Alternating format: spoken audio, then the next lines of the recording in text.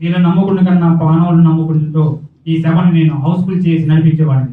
అట్లా వీళ్ళని కారాగారము తీసుకెళ్లి నూనెలో వేయించి కాకులకు ఆహారంగా వేయము. ఆయిల్లోకి వెళ్ళిపోదు.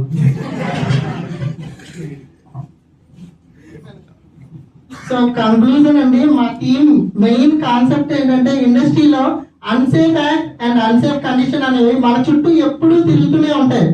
సో మనం మెయిన్ మనకు కావాల్సింది ఏంటి, at the end of the day మనం సేఫ్ గా ఇంటికి వెళ్ళాలి. ఎందుకంటే మనకి జాబే కాదు, ఇంట్లో మన గురించి ఫ్యామిలీ మన డిపెండెన్స్ వెయిట్ చేస్తూ ఉంటారు.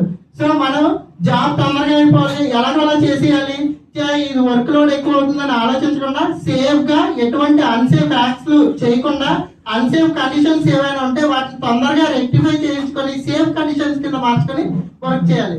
Hour aim is zero harm. మన భద్రతా సూత్రం